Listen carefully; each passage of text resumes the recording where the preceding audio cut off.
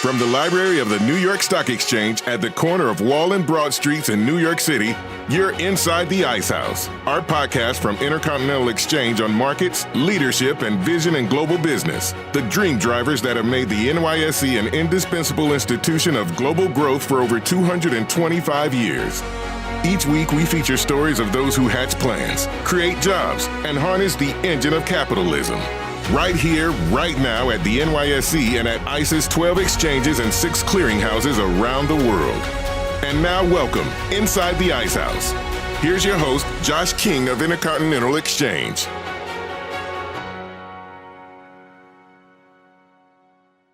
On December 17th, 2017, the price of one Bitcoin reached its record high of $19,783.21.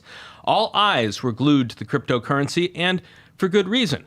But just shy of a year later, Bitcoin is still making headlines. The tune is much different now. This week, Bitcoin traded below $4,000, marking one of the worst sell-offs on record for the currency. The bears didn't stop the biggest movers and shakers driving the cryptocurrency industry from meeting in New York for CoinDesk's 2018 Consensus Invest Conference to discuss and debate trends and investment opportunities surrounding digital assets, including Intercontinental Exchange's chairman and CEO Jeff Sprecher and Bakkt CEO Kelly Loeffler, who spoke on the panel Institutionalizing Crypto, Bakkt and the Race to Win Wall Street.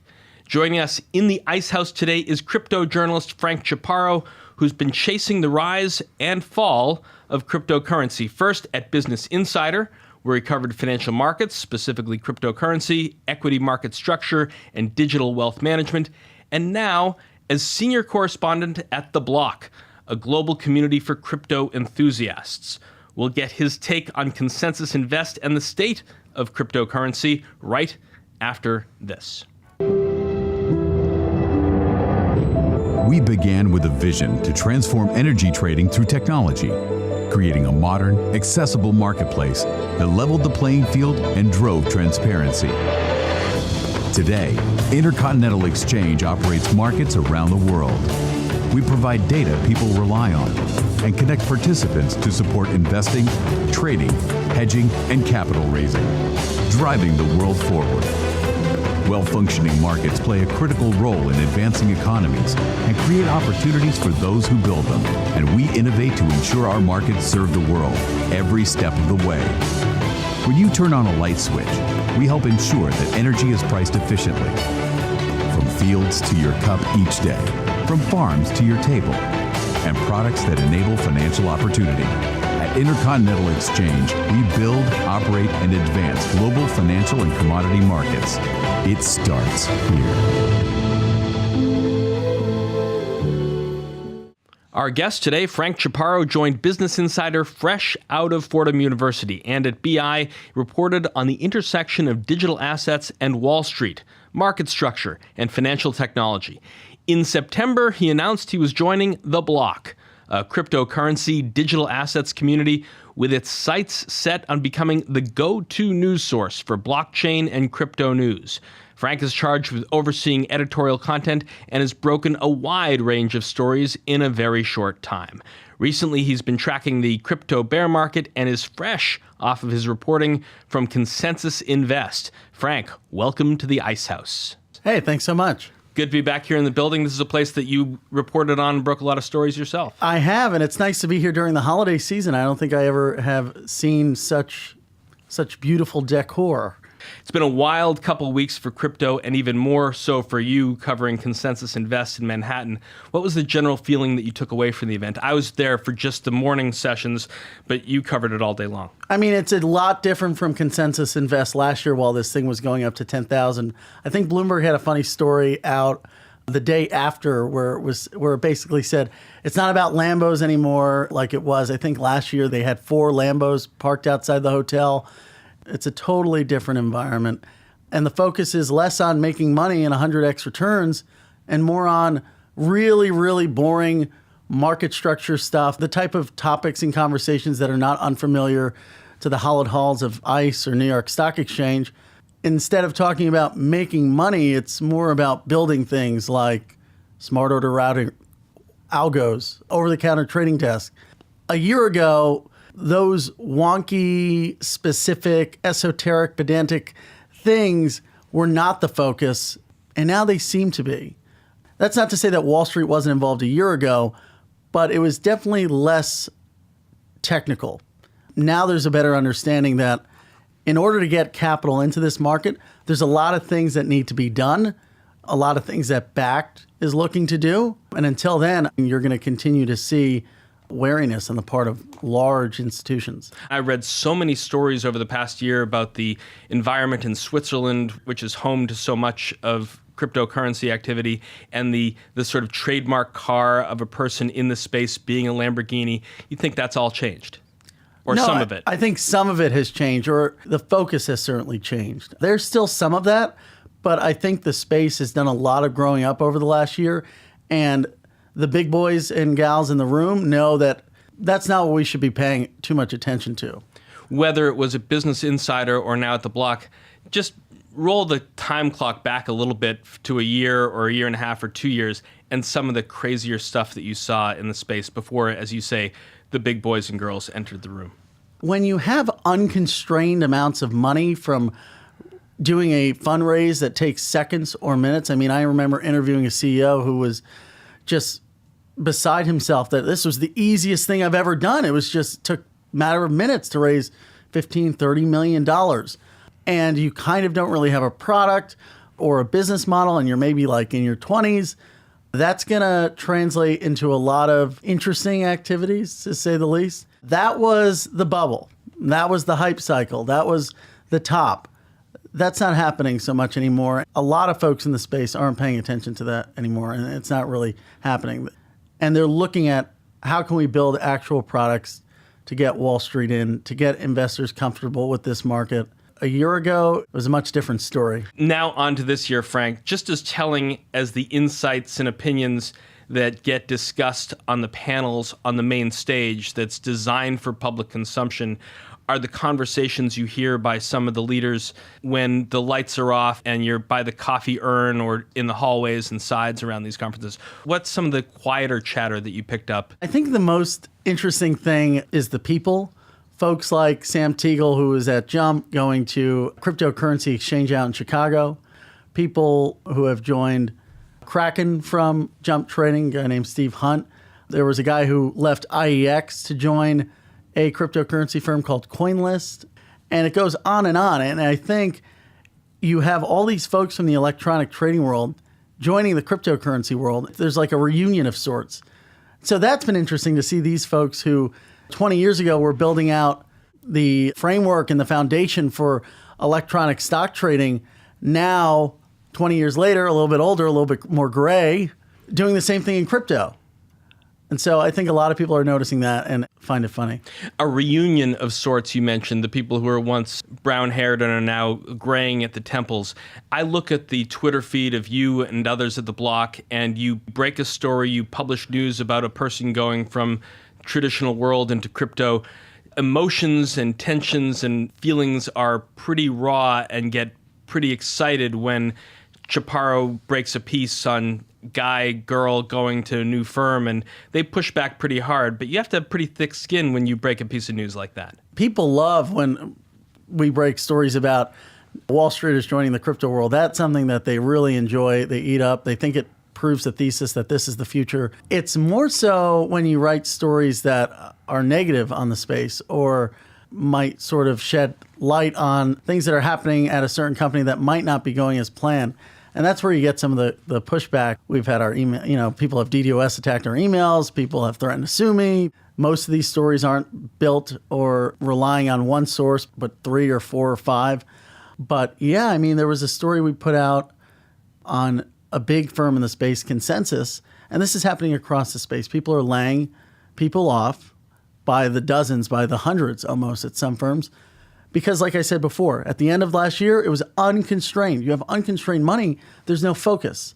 You don't go in with a plan like Bakkt and then step 2, et cetera, et cetera. You have $30 million under you, you're 24 years old, and you just do whatever you want.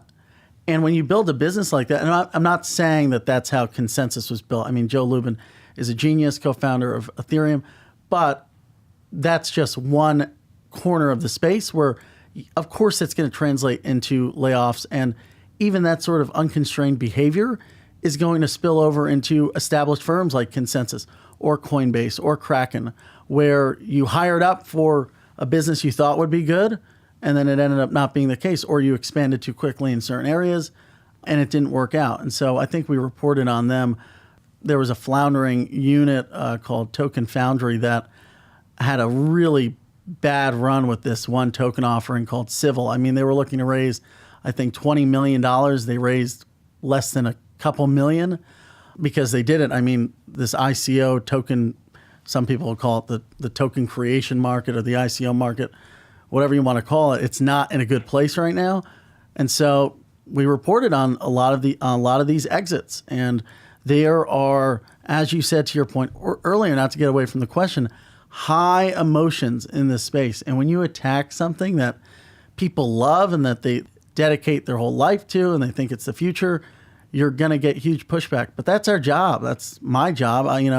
Anybody can just go around telling the stories people want them to tell. And I'm not trying to sound like some, white knight. You've ridden the price up to 20 grand and you've ridden it down to below 4, writing stories all the way, both for Business Insider and now for The Block. You heard very clearly on stage Jeff Sprecher and Kelly Loeffler with Michael Casey. The quote that is getting around this week from Jeff is that whatever the price is, they're somewhat agnostic to price, and Bitcoin as a digital asset is here to stay. If you could capture where you think people are hopeful or fearful, what would you say are the through lines of both of those? Yeah, that's a good question. I think, to put it in perspective, going back to the height of this thing at the end of last year, people were expecting projects like Back to come online the month after we saw futures launch at the end of last year. They were expecting breakneck. That was CME and SIBO with the non-physically delivered version of their futures contract. Exactly. I think folks in the market saw that as a sign that Wall Street was then going to pour right into this market. Volumes for futures would spike. More people would be comfortable entering the market. And that didn't really pan out. People thought that we'd see an ETF based on those futures very, very soon after. All of those things that people were really excited for at the end of 2017 still are on the table, right? If folks can figure out, and by folks, I mean cryptocurrency exchanges, if they can figure out how to handle market manipulation, how to build platforms or leverage other firms' platforms to monitor their markets for illicit behaviors, that could go a long way at convincing the SEC that the underlying spot market is ready for a derivative product like an ETF in the United States. So that's still on the table. That's something that people are really excited for. As far as price is concerned, I don't know if that's going to do that much for the price, but it will at least land credibility to the market for Wall Street firms, make it a little less scary. A lot of what needs to be fixed in this market, though, that a lot of people are excited about, has nothing to do with Wall Street at all, but more so with the underlying technologies in this marketplace. When you think about things like scaling, the Ethereum blockchain can only handle a couple thousand transactions, the average users on these things, active users, are a couple thousand a month on some of these most popular decentralized applications built on Ethereum. The most popular one being CryptoKitties. I mean, if your most popular app is decentralized collectible cats, what does that say about the opportunity there? It's just not ready. It's just not ready yet. There could be huge opportunity, but we're just not there yet. And so even if you have an ETF, I use this weird analogy.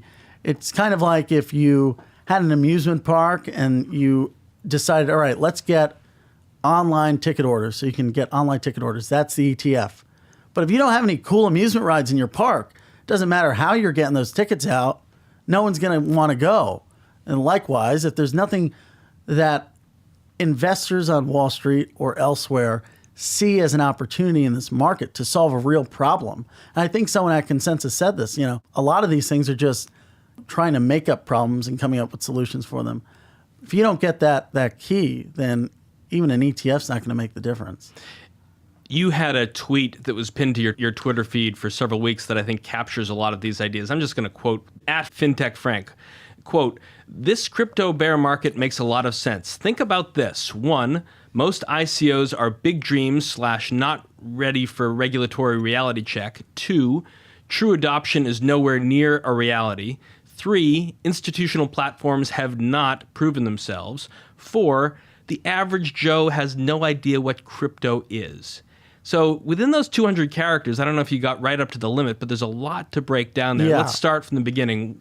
You refer to crypto being a bear market, and many people would agree with you on that.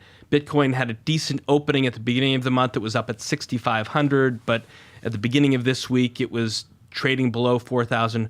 What, if any, is the kickstart that crypto needs to rally back into 4s and higher? When you have a bear market that's this strong, it can just keep bleeding, keep hemorrhaging. I mean, we could go all the way down to 1,000 until folks feel comfortable about this market and see the opportunity in there. And education's a huge gap until the average Joe, as I said, knows what this space is. And I remember, folks who are listening probably who have an interest in this market, when they went home for Thanksgiving to visit their families, how many of their families don't know the difference between Bitcoin and crypto? My mother still doesn't understand. She thinks that crypto and Bitcoin are the same thing. And I think a lot of people think that. And I think a lot of people don't understand what these technologies can do, where they're actually most useful in the developing world. So that education gap is really important. And if you don't get that, you're not going to get the next bull market. When I said that institutional players haven't really proven themselves, they haven't even launched. So we don't really know if they'll be successful or if they'll be able to attract investors to their platforms to trade. Goldman Sachs, Bloomberg reported the other day that their guy was at Consensus, the head of their crypto trading operation. And he basically said, we haven't figured out custody really for our clients. It's not something that is something we can just hit the ground running on. So that's another gap. So there's the knowledge gap, there's the institutional gap. Those are just 2 points. I want to go back to the Thanksgiving Day table at the Chaparro household again and your conversation with your mother, because there's one aspect of that tweet that we didn't get to, and you say that most ICOs are big dreams not ready for a regulatory reality check. And we hear this term ICOs, stands for initial coin offerings, but how would you explain an ICO to your mom? Well, that's a good question. I don't know if I ever have, but if I were to, I'd say it's kind of like, I think a lot of people use Chuck E. Cheese bucks to explain it. Some of these tokens, right, they serve a purpose, right? They're money, but they're also like a key to unlocking services within a business. Just like when you go to Chuck E. Cheese's, you have your tokens, and those tokens let you play the pinball game or whatever game that you want to win to get tickets, to get prizes. And in addition to unlocking different services, the token generations events themselves, the means by which you bring those tokens into the universe, can serve as a crypto twist to the initial public offering process, by which these companies, by issuing these tokens and then receiving in return Ethereum and in some cases Bitcoin, you can raise a lot of money. And you can raise a lot of money in a very quick time frame. And at the end of 2017, when you had a lot of these token projects raising a ton of money, there were a lot of projects that had ideas, that thought their ideas were good, but just had way too much access to capital that they shouldn't. There's always been a question hanging over the capital market space about how can we get companies that are scared to go to market. And there's been some regulatory initiatives such as Reg A Plus to lighten the load, so to speak, for the IPO process. And I think the New York Stock Exchange, NASDAQ, have all been advocating for changes to make that process easier and less scary and less burdensome and less expensive. We've seen things like what Spotify did with their direct listing. There's a lot of parallels between what ICOs can accomplish, which is raising capital for companies in a way that probably would have been much, much more difficult before, and what Wall Street has been trying to do. So there's tons of big dreams, but there's also tons of potential in that. And I think you're seeing that translate into the security token market. And you're seeing a lot of companies see where the problems are on Wall Street, capital formation, and where the positives are in crypto, bringing them together, but shaking off the nefarious stuff and the hype stuff and the scam stuff. And your mother would thank you for that explanation. And she would be asleep at this point. No, she'd be on her second Chianti and just completely ignoring me. A recent survey this September by YouGov found that 79% of Americans are familiar with at least one type of cryptocurrency, Bitcoin being the most popular, with 71% of Americans at least recognizing that name and word. However, of these who knew about Bitcoin, 87% of them have not actually interacted with it. Do you buy this notion that has been in the press over recent weeks that the move down of the market is washing out a lot of these sort of innocent rubes who found a way to buy a Bitcoin because they thought it was the retail key to future investment glory, and now is at 3,000, or as you say, could go below 1,000, becomes the province for institutions? At the end of last year, you had folks on CNBC showing people how to buy things like Ripple at its height for $3 on Poloniex, which, to be sure, isn't even an exchange venue that is legally operating in New York State. And tons of articles on different sites explaining how to buy these tokens and why token X is going to change the world and token Y is going to change the world. And no one was asking the tough questions because there was just so much going on. So many projects that were, paying tens of thousands of dollars a month for public relations and media firms to promote them, and YouTubers that were doing reviews that were mostly pay for play. And you had all of this massive hype machine that lured in probably like 5% of the country, maybe. I mean, not a huge amount of people who thought, all right, I need to get in this. The types of people who probably already were trading a couple $1,000s on Robinhood, and young professional types, recent college graduates who thought, wow, I just got out of college. I got a couple $100s to spare.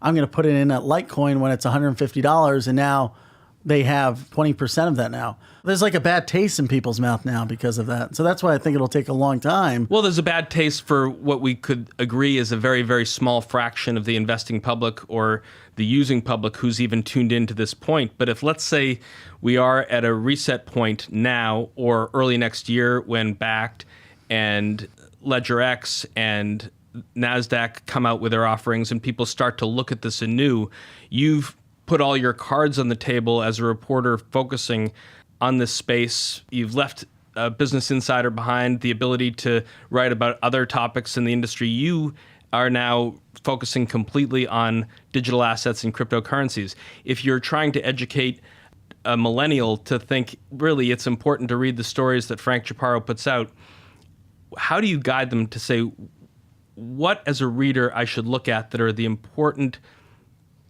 indicators and milestones that this asset class is facing that should tell me here's a good development or this is just noise? It's going to take a while for retail to get comfortable with this space again.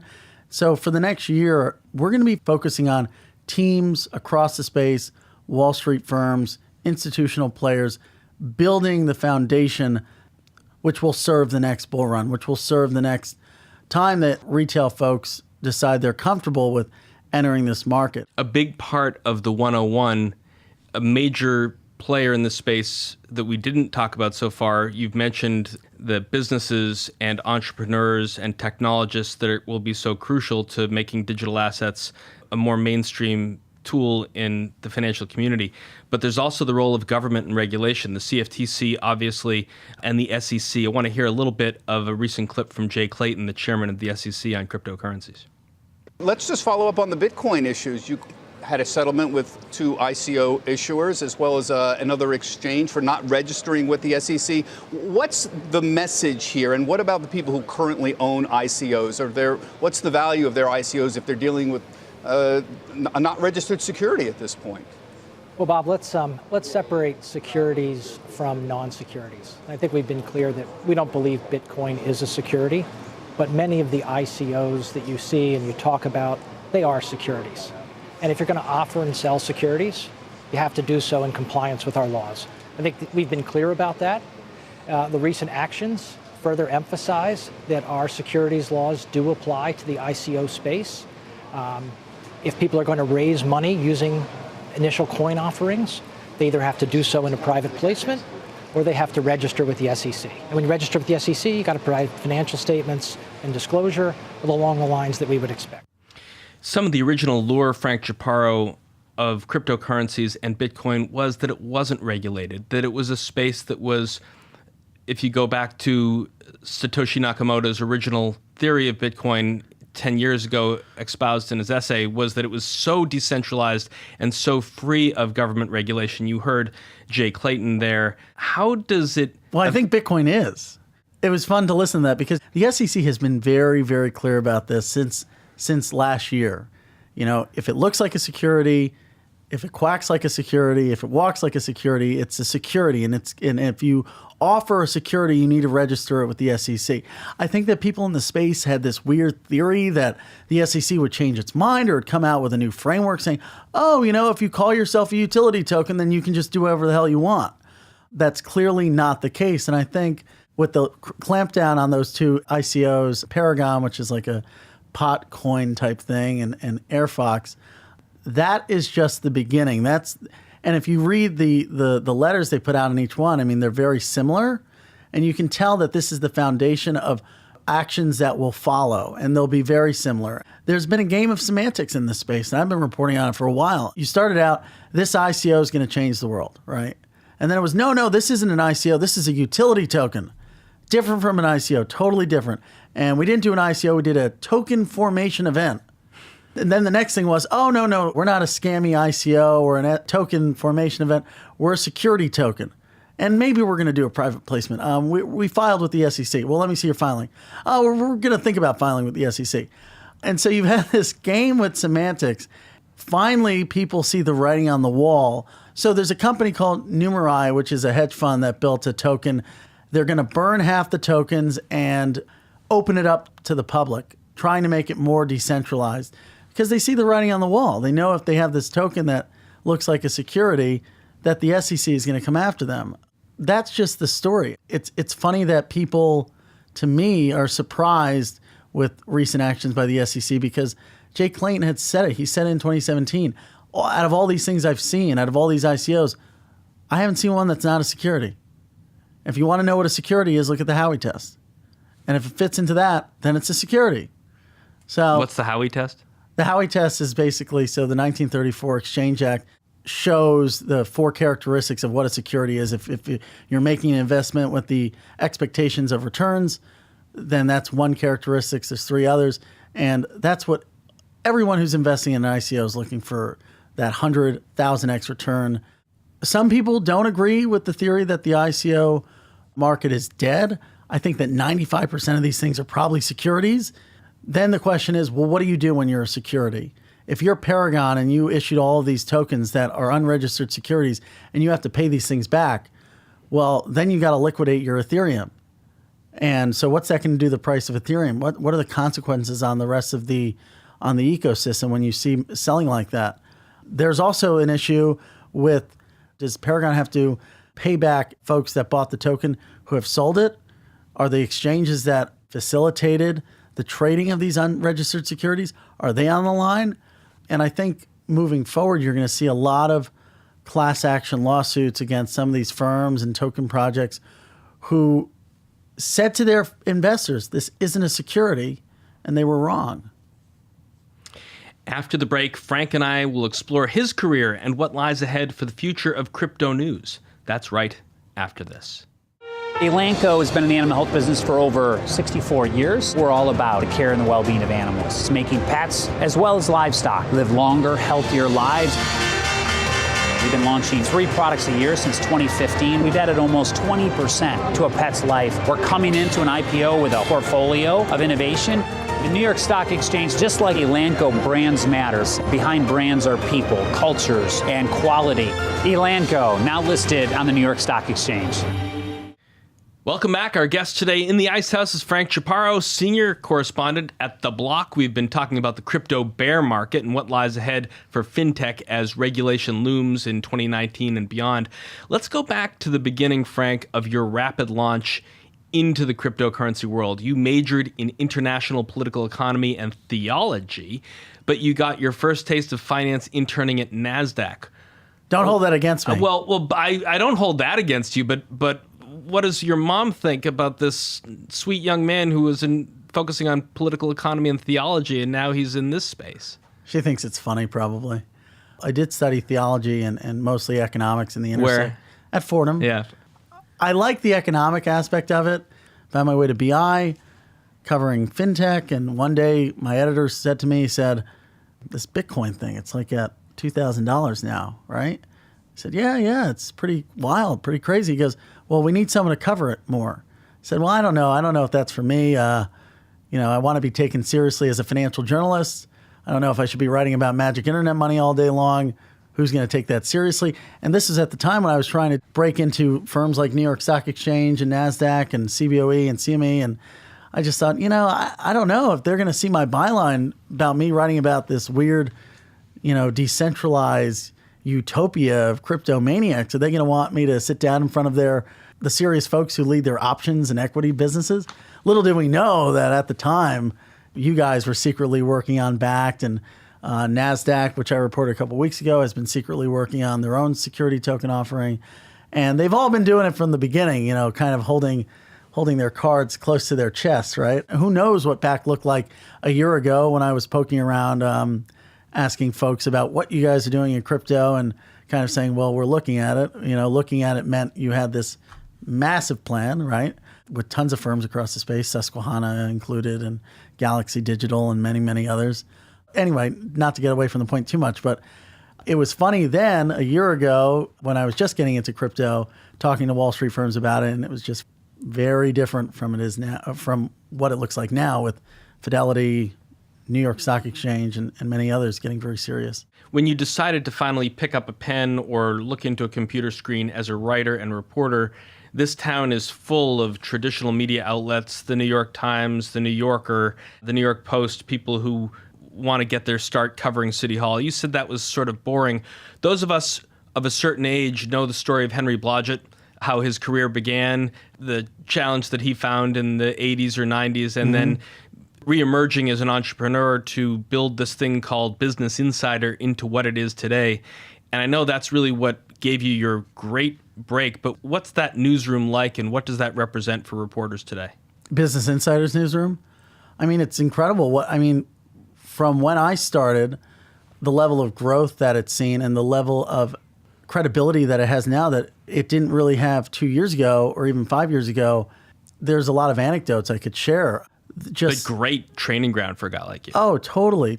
And you have people that it's leaner, especially on the financial and markets team. And so you really have the ability to own something. I came in, I was able to own market structure and crypto, beats that at a Bloomberg or the Wall Street Journal are divvied up between multiple reporters. Bloomberg had like 10 cryptocurrency reporters at the end of last year, all sort of jumping on top of each other to write these stories. But at Business Insider, you really have the chance to take ownership of it. And they've really started to focus on, at least when I was there, moving away from the aggregation, which they did an incredible job of. They knew how to take stories that were reported by other publications, find what that golden nugget is that sometimes is buried down at the bottom, and frame it in a way that just captures the audience attention and gets it in front of folks on Wall Street, right?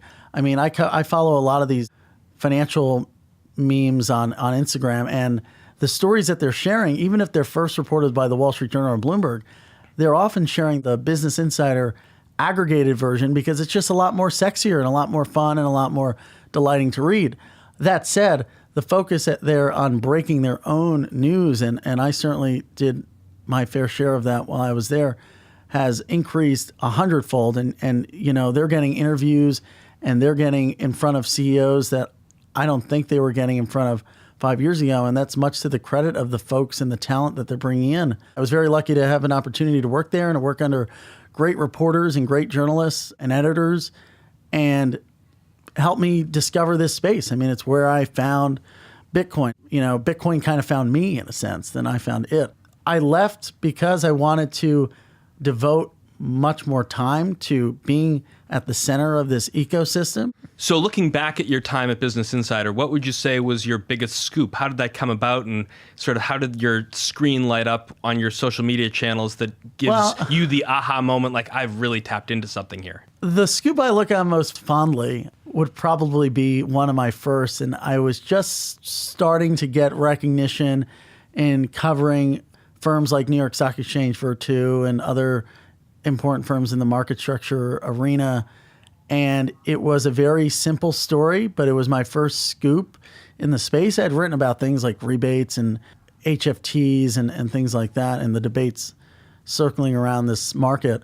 But it was my first scoop, and it was very simple. It was a hire story. A really top guy at KCG, formerly KCG, acquired by Virtu, went to Goldman. And it was very simple. I had well, I guess I can't say who my source is, obviously, but you had a source. I had a source, and he was right. And I went to both firms, and I was able to confirm it, and that was it. It was the first one, and nobody really noticed. I mean, it wasn't that big of a deal at the time, but to me, it was a big deal. When I think about my biggest story at Business Insider, probably would be Fidelity. My stories on Fidelity. One, way before they announced their brokerage execution services for crypto and their custody product, in June, I reported that they were hiring to build out those types of services. Didn't have the full picture, but it certainly had more information about what they were doing, including the name of the business, Fidelity Digital Assets, than had ever been reported on before.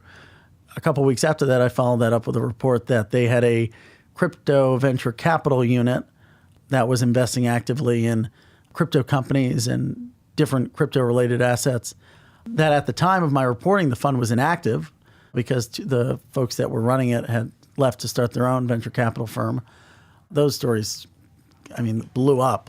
But when you are onto one of these big stories with a very well-recognized firm and the PR team doesn't want to confirm and they want to send you in a different direction, you must have, over the course of your last few years, seen every type of dodge. You know, it's a good tactic that they use a lot is whenever a smaller company is involved in the story, they'll try to frame it as such where they'll say, oh, well, whoever's giving you that information is trying to make that smaller company look good by attaching it with a larger company.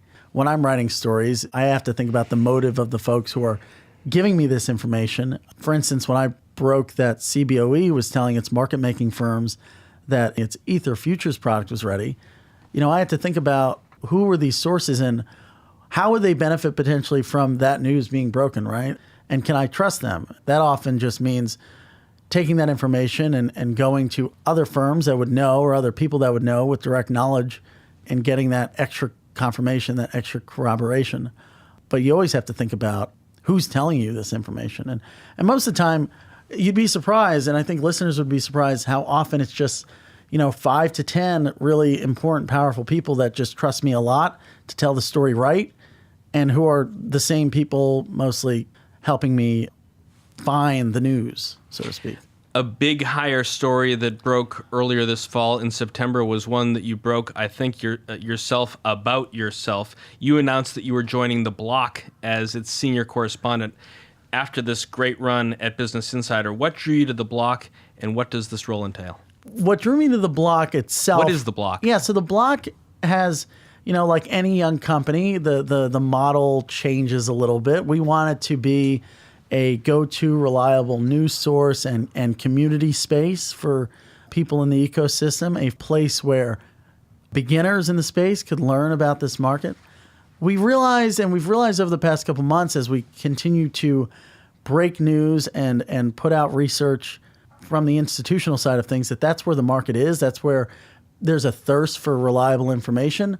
And so we're starting there. And so what The Block is now, what it's become is a feed of reliable information that's valuable, whether it's people on the back team, I'm sure they're looking at it, people at Fidelity, people at Circle, folks that are interested in the space at places like Goldman Sachs or Morgan Stanley, auditors, analysts, venture capitalists who need to know what's going on in the space.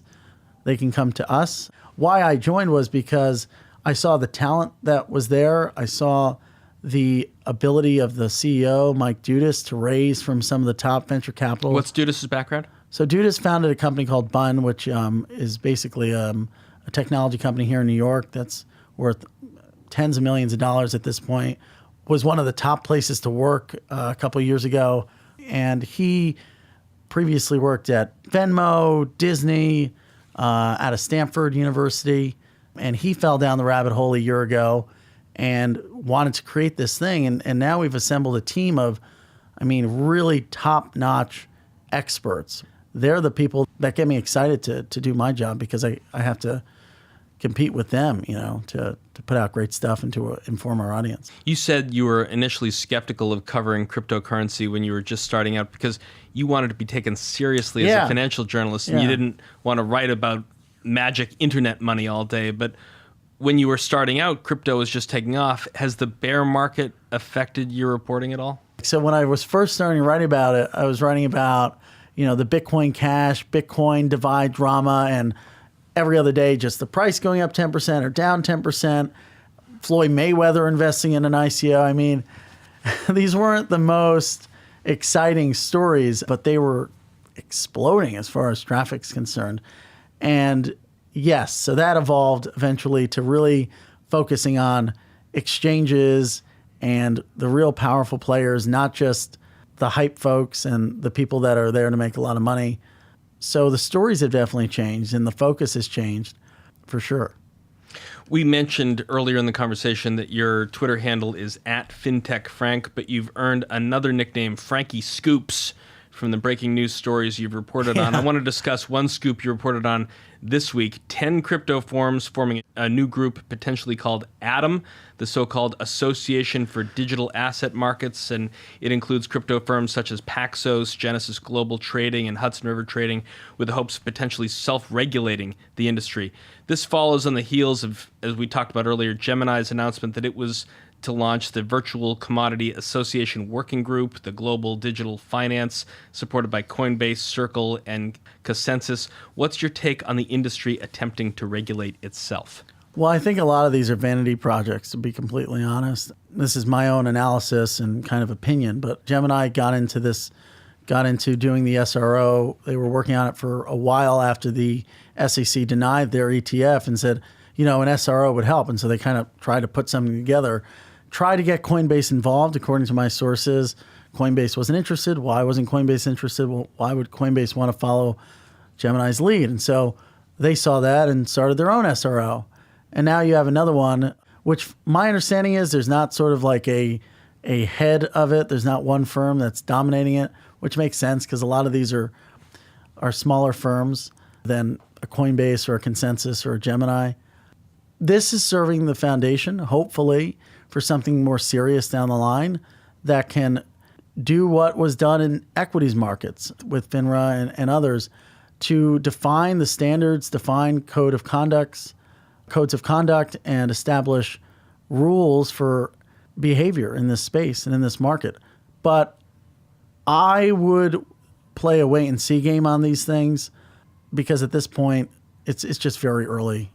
It remains to be seen whether they'll actually accomplish something serious.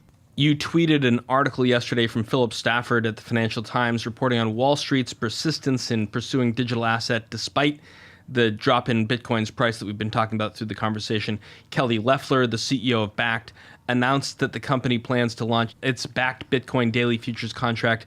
With Wall Street firmly entrenched in the game, do you think it completely changes the future of crypto? Does it actually pave the way for making crypto more commonplace in investing? Well, first I'll say that was a great story, and I love stories like that take all of what people who are so inside see as obvious and provides a nice overview of what's happening, and it did so perfectly. As only Philip can. Yes, exactly. An incredible journalist and storyteller. I mean, that thing started off so great because he starts off with Harvard and it just really paints the picture. So definitely go read that story because it was really well done. The question basically is, with Bakkt, NASDAQ, and other major players coming in, the whole focus of Consensus Invest was speaking more to the institutions than the retail investors. Are we close to the inflection point? Like I said earlier on the show, they haven't proven themselves because they haven't gone online yet. So presumably Bakkt, Fidelity, NASDAQ, You also have CME, CBOE, will all be humming along on the second half of this year. But who knows? Maybe it'll just turn out just like CME and CBOE's futures, which have been seeing some slight uptick in volumes recently, but it's nothing that wildly impressive. So that remains to be seen. If when these things go online, investors will take the bait and dive in. So, Frank, as 2018 comes to a close, there's still time for a repeat of last year's crypto rally. But assuming that things continue as they are, what are some of your early predictions for cryptocurrency as we grow into 2019? Do we finally get that Bitcoin ETF? In 2019, I think there's a good chance if some of these cryptocurrency exchanges can prove to the SEC for an ETF to go online, we need a secure underlying marketplace. And so if Coinbase finishes the build out of its market surveillance platform, if a few other of the big players like Kraken maybe uses NASDAQ Smarts or builds their own market surveillance platform, I think Bitstamp announced that they'd be using Cinnabar, which is a European-based market surveillance technology provider. If we see market structure developments like that continue to happen and the space shake out a lot of the wash trading and the spoofing, then regulators will be more comfortable with an ETF. And so if that happens, which I think we're on pace for that to happen, I don't think it'd be unreasonable to say that you could get an ETF by the end of next year. But the question is, what will that do? I don't think it's going to bring, I mean, there's people that probably think it'll do what it did for gold. I mean, JP Morgan had research out last year that showed once the first gold ETF came online, the price of gold, skyrocketed. Will that happen for Bitcoin? Maybe, but it remains to be seen. So that's something to keep an eye out for. And I think it will happen and it'll be meaningful. We've talked about the trajectory of your career from this skeptical reporter covering crypto to one of the leading reporters in the space. And whether you're writing stories that are positive or negative, people are following you for the latest on developments that are happening as we go into the new year. So what excites you most about cryptocurrency and the stories that you will be writing about that it may be in draft form on your computer? I think that there are a lot of stories from the hype bubble that haven't been told, like the inside stories on a lot of these ICOs. And so there's something on my computer right now that is one of those stories, and it's going to be pretty big. Well, Frankie Scoops at FinTech Frank Chaparro, senior correspondent of The Block, thanks for spending some time with us today inside the Ice House. That's our conversation for this week. Our guest was Frank Chaparro, senior correspondent at The Block. If you like what you heard, please rate us on iTunes so other folks know where to find us.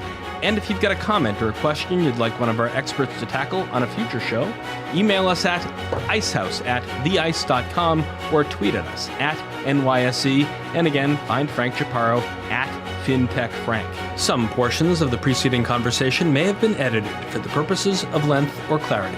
Our show is produced by Teresa DeLuca and Ian Wolfe, with production assistance from Pete Ash, Ken Abel, and Stephen Portner. I'm Josh King, your host, signing off from the Library of the New York Stock Exchange.